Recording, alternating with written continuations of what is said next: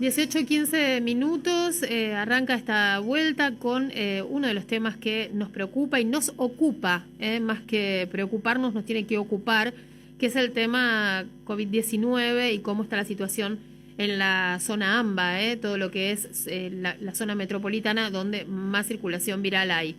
Para eso vamos a hablar con el jefe de asesores del Ministerio de Salud de la provincia de Buenos Aires, con el sanitarista Enio García. Buenas tardes, Enio, ¿qué tal? Aquí en la 530, Víctor Mastrangelo y Andrea Recupero los saludamos.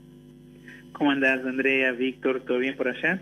Sí, acá estamos, con la buena sensación que da un día tan agradable como el de hoy, ¿no? Como que Sí, el la verdad clima, que sí. el clima nos está dando un poco de respiro, ¿no? En medio de tanto bajón.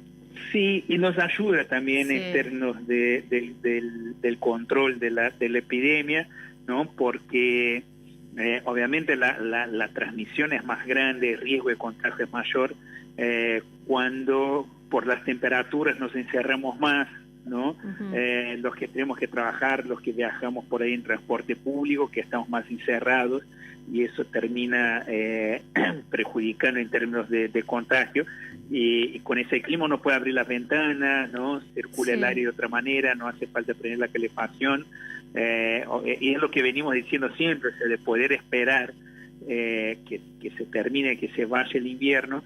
Yo creo que a partir de ahí tendríamos otra perspectiva para pensar cómo seguir con eso. Uh-huh. Bueno, sí, tal cual. El tema, lo que más ha circulado en las últimas horas, a partir del decreto que firmó el presidente para suspender las reuniones sociales en todo el país hasta mediados de mes, ¿no? Hasta el 16 de agosto exactamente, era justamente que las medidas de prevención en los espacios cerrados no alcanzan, por eso no hay que juntarse. O sea, por más que vos te Sí, pongas el barbijo, por más que uses alcohol en gel, si estás en un espacio cerrado, es más difícil de cumplir, ¿verdad? exactamente, el riesgo de contagio es más grande por eso. Pensá en una situación de que vas a conmemorar un cumpleaños, ¿no? Y las ventanas ya están cerradas y se prende la calefacción como para que uno esté más cómodo, qué sé yo. Vas a tomar algo, vas a comer algo, el barbijo te lo vas a sacar, es inevitable, o sea, el riesgo de contagio es alto. Doy un ejemplo de transporte público, algunos de los estudios que hubo en China, ¿no? Por ejemplo, de cómo se daba el contagio, ¿no? En todo eso, y mostrar estudios en trenes, en colectivos, y personas que no estaban sentadas cerca, ¿no? Encontrando cuál era el caso índice, el caso que llevó al contagio de los demás. No eran personas que estaban sentados una al lado de la otra, personas que estaban sentados guardando el distanciamiento social, pero por eso del encierro, de la circulación interna del aire, terminó haciendo con que esas personas que insisto, no estaban cerca, estaban con una distancia que está dentro de los límites que planteamos como distanciamiento social, y se contagiaran igual, ¿no? Entonces, bueno, es fundamental lo que salió ese decreto, aunque entendemos que en la región del AMBA la problemática es otra principalmente, ¿no? Tiene que ver con los viajes, tiene que ver con la circulación de la gente, con que comparten más de espacios de laburo, todo eso, ¿no? Sí, La claro. circulación, pero igualmente ayuda, cualquier cosa que contribuya en la disminución de los contagios ayuda, más en el contexto que estamos hoy, que estamos en pleno ascenso de la curva, y el promedio diario de casos es el promedio más alto que tuvimos durante toda la pandemia. Entonces todo ayuda.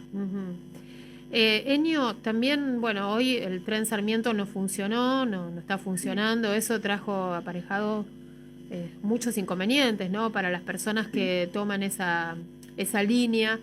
Y bueno, vimos filas organizadas, pero con mucha gente en la calle.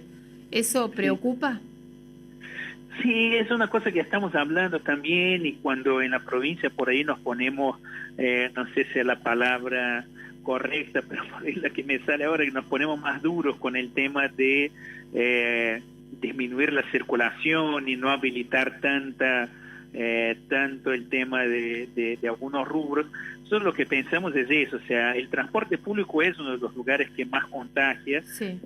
y cuando hay ese tipo de problemas, y uno pone el énfasis en el transporte y trata de cortar, disminuir la frecuencia, qué sé yo, si el trabajo de la persona está habilitado, se termina trasladando ese problema, ¿no? Un problema, una responsabilidad a las personas, y eso es lo que deberíamos evitar con la política pública, ¿no? Que de alguna manera las medidas que se tomen desde el Estado, ¿no? Sean medidas que el Estado, y el Estado entendemos que es la sociedad en su conjunto, ¿no? Que ese Estado de alguna manera se haga cargo, ¿no? De las consecuencias, que no tenga que pagar cada individuo por separado esas consecuencias, porque hay gente que, bueno, sí, por ahí tiene condiciones de negociar y mira, la verdad es que no hay transporte, qué sé yo, no puedo llegar al laburo y esa negociación se puede dar. Claro. Entiendo que ahora hay un montón de gente que no, que se le corta el transporte, pero tiene que llegar a un trabajo y ahí se le dificulta mucho la cuestión. Entonces, por eso nosotros insistimos, es una situación donde estamos en la peor etapa de la pandemia, donde por suerte en los últimos días tuvimos temperaturas que ayudan, pero eso es un ida y vuelta, o sea, no se terminó el invierno de la misma manera que tuvimos temperaturas bajísimas, ahora tuvimos más elevadas y capaz que en 3-4 días baja la temperatura de vuelta, ¿no? Entonces no es una cuestión que podemos decir que hay una constante, que salimos del invierno todavía,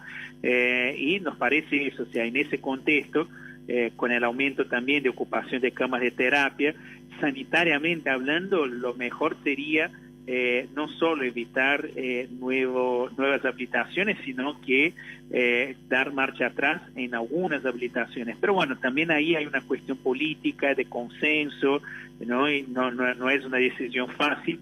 Por eso digo, sanitariamente lo que vemos de la solución sería esa. Después la implementación de eso es toda otra discusión, ¿no? Víctor, ¿estás? Sí, acá estoy. Ahí va, porque está vía Skype, mi compañero. Sí, bien. Hola, Eño. ¿Cómo va? Todo bien, todo bien. Tengo un poquito de rebote, chicos. Te iba a hacer una consulta, porque vos decías que las temperaturas estas primaverales, en pleno invierno, favorecen un poco a la lucha, digamos, de alguna manera contra el virus. Sin embargo, no es lo que está sucediendo en Europa, donde se están viendo que hay rebrotes importantes a pesar del aumento del calor, de la temperatura. Es más, las zonas balnearias de España son las que han tenido que tomar medidas restrictivas intensas porque surgieron rebrotes importantes, a pesar de que están en plena temporada de verano, ni siquiera de primavera. ¿Está claro que esto sea así realmente?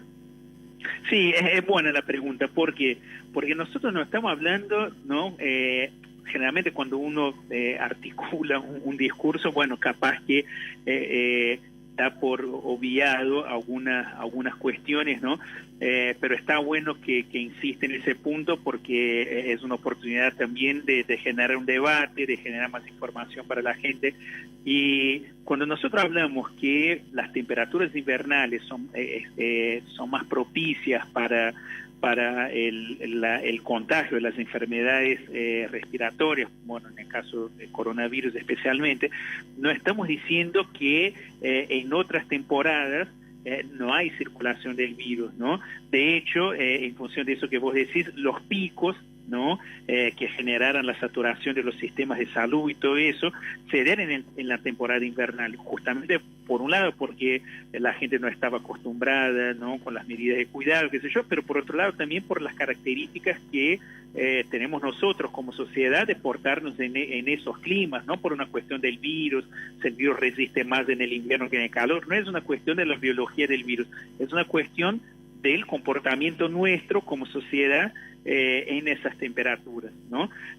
Lo que no quiere decir que en periodos primaverales o mismo en el verano, qué sé yo, bueno, ya está, subió la temperatura, ahora dejemos las medidas de cuidado y volvamos a la vida normal. Eso no va a pasar, o sea, y por eso es lo que explica, ¿no? Lo que vos estás planteando, de que algunos lugares en Europa, principalmente por ahí en España, que se dieran más aperturas, ¿no? Y todo eso, en algunos lugares empieza a haber un rebrote y empieza a haber una marcha atrás. Eso es lo que nos marca la necesidad de seguir cuidándonos, ¿no? De seguir evitando concentraciones, de seguir manejándonos con distanciamiento social, de seguir evitando, digamos, la habilitación de actividades que por ahí son menos esenciales, ¿no?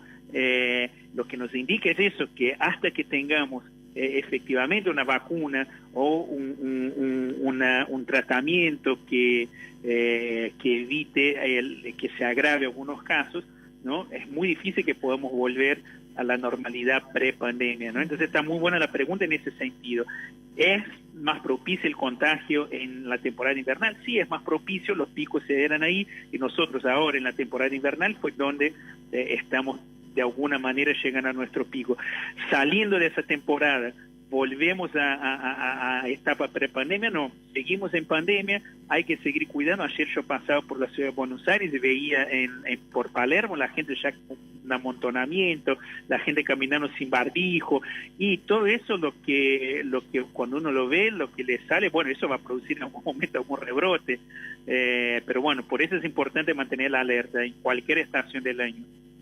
¿Y cuál es el grado de preocupación que les trae esto, Eño, de ver eso que viste vos ayer en la ciudad de Buenos Aires y que también se puede ver en buena medida en la provincia y en el conurbano, teniendo un domingo, que generalmente son días de muy bajo nivel de contagios por menos de test que se hacen, etcétera, casi 3.800 en la provincia y 5.400 en todo el país, lo que indica que en estos días da la sensación de que si esto sigue así, va a seguir subiendo, va a pasar de los 6.000 casos. Sí. ¿Cuál es el grado de preocupación? ¿Va a resistir el sistema sanitario si esto sigue así? Mira, nosotros estamos preocupados en el sentido también de los mensajes, ¿no? Porque no podemos dar ese mensaje desde el Estado, de los que tenemos responsabilidades, funciones en el Estado, de que ya pasó, de que la cosa está bajando, porque de hecho no es lo que muestra los datos epidemiológicos, ¿no? Si el sistema de salud va a resistir o no, nosotros estamos estirando el sistema de salud lo máximo que se puede. Se incorporaron muchísimas camas de cuidados intensivos, más que se duplicó, se están incorporando equipos de salud, de hecho médicos que tienen otra especialidad, capacitándose en el manejo de pacientes de terapia como para fortalecer eso, pero eso tiene un límite, ¿no? Nosotros ya estamos en 63% de ocupación, por suerte cada día se va habilitando 6, 7, 8 camas más, y eso nos va dando un respiro y se está aprendiendo más sobre el manejo de los pacientes, ¿no? Y todo eso va generando más elasticidad en el sistema. Pero la elasticidad tiene un límite, y si los casos, hoy estamos con un promedio de 4.000 por día, ¿no? De esos 4.000, por las estadísticas que tenemos, el 3% ingresa a terapia, y eso se viene respetando bastante en las últimas semanas. Ahora, si de esos 4.000 saltamos a 8.000, ¿no?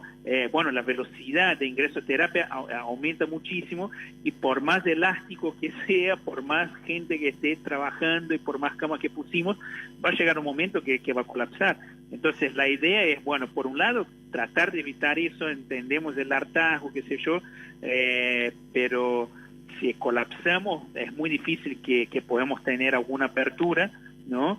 Y por otro lado, bueno, nada, si es necesario, ¿no? Seguir contando con el apoyo de la sociedad, de gran parte de la sociedad. Sabemos que eso no es unanimidad, pero sabemos que hay una parte de la sociedad que está muy concientizada, que quiere colaborar, que entiende el problema que estamos y que quiere que salgamos de ahí de la mejor manera posible. Entonces, contar con ese sector de la sociedad por si hay que dar marcha atrás, ¿no? Y guardarnos un poco más en algunas semanas para evitar ese colapso. Nosotros estamos seguros que vamos a contar con ese apoyo, y más allá de los que no van a apoyar, que ya sabemos, pero si una parte importante apoya y mantiene las restricciones y podemos disminuir la circulación, va a tener un impacto positivo. Enio, para terminar, hace un rato usted dijo sanitariamente lo mejor sería que se dé marcha atrás con algunas habilitaciones. ¿Como cuáles, por ejemplo, y de qué depende que se decida si dar o no marcha atrás en los próximos días?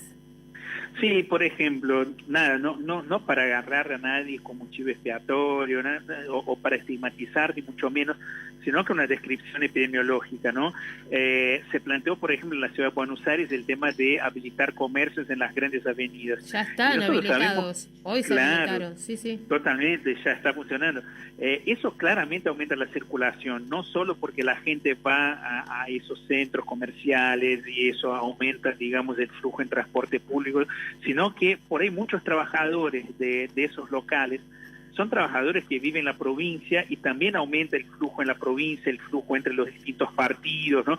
Nosotros lo que ya vimos por los datos que manejamos es que hay como una correlación entre aumentar el flujo de gente, la circulación de personas y aumentar el número de contagios. Eso ya está muy descrito, ya es algo que no sabemos un montón de cosas de cómo funciona esa enfermedad, pero eso sí sabemos que es así, está bastante comprobado, ¿no? Entonces, por ejemplo, ese tipo de cosas, si vemos que los contagios siguen subiendo y que el aumento de esos contagios pone en riesgo efectivo la ocupación de camas del sistema de salud, es algo que se debería dar marcha atrás, ¿no? Porque no tenemos otro remedio, no tenemos una medicación que evite con que las personas de riesgo ingresen a terapia entonces intensiva. Van a estar monitoreando día a día. Nosotros tenemos que monitorear esto día a día con un ojo muy fuerte puesto en la ocupación de las camas de cuidados intensivos. Si vemos que empieza a disparar esa ocupación, si queremos seguir evitando las muertes que producidas no solo por coronavirus, sino por otra enfermedad, como para concluir, pensar que si colapsa el sistema y no tenemos camas, el que llega con coronavirus necesitando esa cama no la va a tener, pero el que llega también con un infarto, con un abdomen agudo, con otro tipo de neumonía, tampoco la va a tener, ¿no? Entonces, para que tengas un ejemplo, en Brasil, mayo de 2020, fue el mes que hubo más muertes acumuladas en la historia de Brasil desde que se empezó a registrar dentro de un registro único de mortalidad, ¿no? Porque por eso, por tener el sistema explotado, no atendía ninguna demanda, no tenía capacidad de respuesta a ninguna demanda. En Ecuador pasó lo mismo, ¿no? Entonces lo que estamos tratando de evitar es eso, ¿no? Si la sociedad acompaña, seguramente lo vamos a seguir evitando. Muchas gracias, señor, por atendernos, como siempre. Gracias a ustedes, un abrazo. Bueno, buenas tardes. Hablábamos con el jefe de asesores del Ministerio de Salud de la provincia de Buenos Aires.